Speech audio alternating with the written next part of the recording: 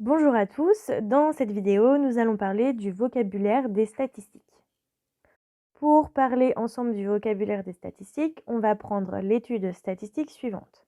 On s'intéresse à la couleur des yeux des élèves d'une classe de 23 élèves. En leur posant la question, voici les résultats obtenus. Donc, on a écrit B pour les yeux bleus, M pour les yeux marrons et V pour les yeux verts. Ces différents résultats obtenus, ce sont les données.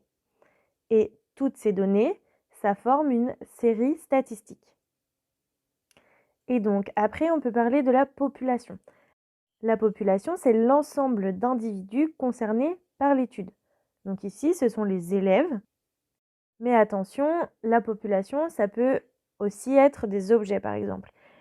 Si une étude statistique s'intéresse à la couleur des téléphones portables, par exemple, alors la population étudiée sera les téléphones portables.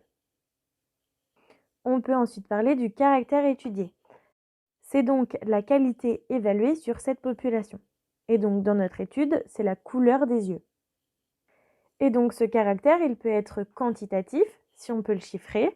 Donc par exemple, quand on s'intéresse à la taille, à l'âge ou au poids. Et sinon, il est qualitatif. Donc par exemple, ici, on s'intéresse à la couleur des yeux, c'est qualitatif. Si on s'intéresse au sport pratiqué par les élèves, c'est aussi un caractère qualitatif. On peut ensuite parler de la valeur du caractère, et c'est les différentes réponses possibles. Donc ici, ce sera bleu, marron ou vert.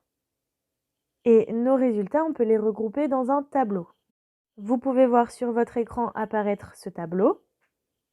On va mettre en première ligne le caractère étudié, donc la couleur des yeux. Dans les colonnes, on mettra ensuite les différentes valeurs du caractère, donc ici bleu, marron ou vert. On met également une colonne totale. Et dans la deuxième ligne de notre tableau, on va mettre les effectifs qui correspondent aux différentes valeurs. Et donc, pour compléter cette ligne, on va reprendre notre série statistique. Et l'effectif d'une valeur, c'est le nombre de fois où cette valeur apparaît. Donc, par exemple, si on prend la valeur bleue, bleu apparaît 5 fois dans notre série statistique. C'est donc pour ça que dans notre tableau, on a mis comme effectif 5. Vous pouvez ensuite vérifier par vous-même les effectifs pour la valeur marron et la valeur vert.